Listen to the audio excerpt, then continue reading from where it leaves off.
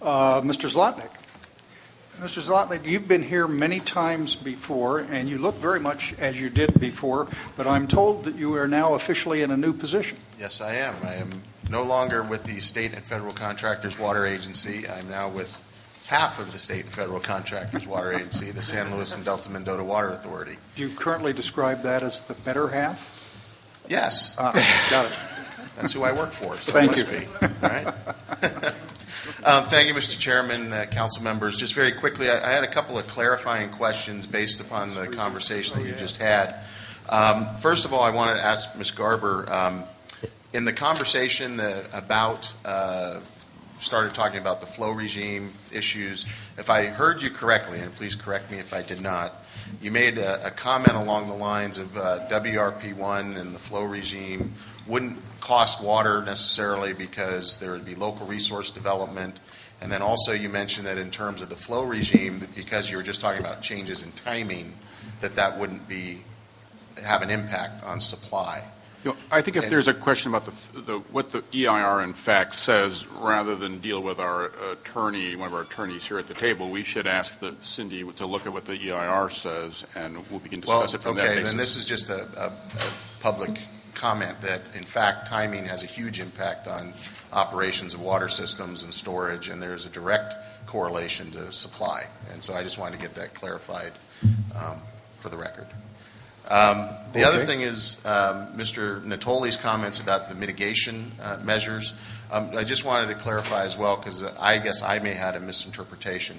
Those apply to covered actions, the mitigation measures as described in the EIR.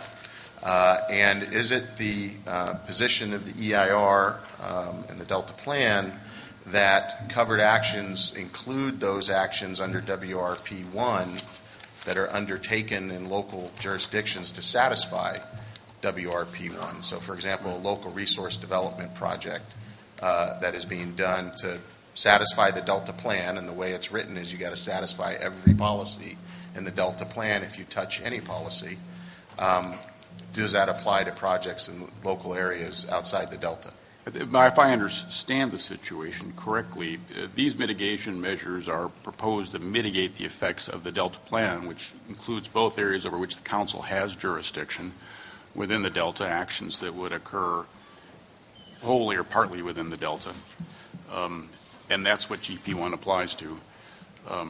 Beyond the area of the Council's legal jurisdictions, I think these would be, if I understand the situation, these would be recommendations that we would proffer to those who are sponsoring local projects or people who are constructing other features that would help implement the recommendations of the Delta Plan, but they wouldn't be required. So I think in the context of WRP1, what we're reviewing in that case is the movement of the water and whether the information that those who are moving or using or exporting water need to provide, but they would not be regulatory requirements. Okay, if those plans are implemented, so if I understand, those plans are occurring outside the Delta. Okay, so if I understand, so for example, a local resource development project that's being implemented in pursuit of satisfying WRP1's reduced reliance requirements, these mitigation measures would be recommendations and not mandates. Mr. Andrew? Yeah, again, I'm going to answer just succinctly, but okay. we touched upon this over the course of the last 2.5 years, and your question's a good one. It goes to the scope of what a covered action is. Right. And we've always said that a covered action would be the entire project described in the CEQA document. Okay. So mitigation measures apply to covered actions to the extent that they're applicable, feasible, there could be equivalence. But it depends on the circumstances. So it's focused on a covered action. So whatever the covered action, however it's described in the CEQA document, usually you have to describe the bookends of the project. Right. But here's the distinction. Well, I understand. The covered action is the activity in the Delta. The covered action, it has to occur in whole or in part in the Delta. Right.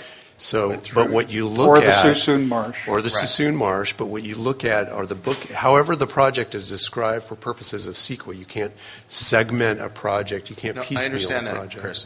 The problem is through WRP1, right? You reach into local areas to see what are you doing. We're not reaching, we're focusing in on the entire nature of the project, which is a covered action.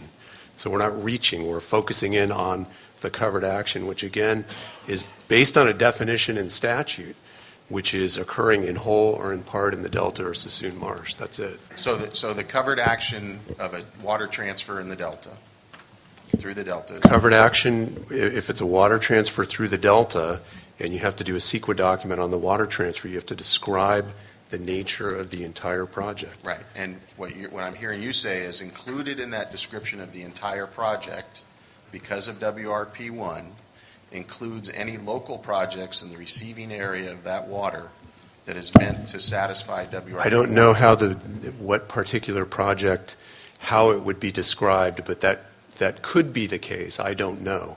I'm saying for a covered action, depending on the nature of the project, there are a lot of ways that projects are described with regard to water management actions. You have to look at the entire project. Okay. What we're saying here are the CEQA mitigation measures apply to covered actions to the extent that they're feasible and applicable, or there are equivalent measures. Okay. And that's required by the law. So let's keep that in. I understand that. As you said, it's what's the covered action and what's included. And Mr. Zlotnik, you know that we adopted our appellate rules, which cover hearings, in 2010, and you were part of those hearings.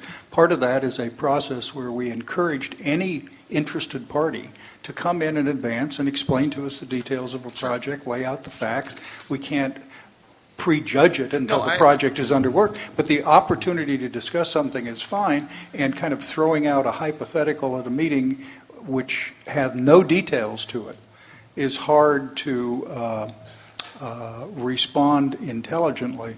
But if you want to bring in all the details for your client or one of their subset member agencies, we'd be happy to talk to them. No, I appreciate that, Mr. Chairman. I was just trying to get some clarity on the application of that section of the mitigation measures, and went to some of the discussion that Supervisor Natoli had, and Mr. Ray indicated it might be recommendation and not mandatory. Now it might be regular. I mean, I think the thing to look at, Greg, I think would be, and it's easier for you to do it than us in some ways, is because you're in the middle with your agency. You're in the middle of these actions. Look at the environmental documents that have been prepared on water transfers that your members have been part of. Look at the environmental documents that the Bureau of Reclamation has prepared on renewed contracts with your members, and look to see, do those documents describe the water use facilities, new ones, unconstructed, that might be required to manage or distribute those supplies once those projects are in place. And okay, sure. You would get a better sense of how might these apply or not. Right. I mean, the question was the sort of applicability through WRP1 into local resource development. That was the question. But I appreciate the comments, and we'll... Thank you, Mr. Plotnick.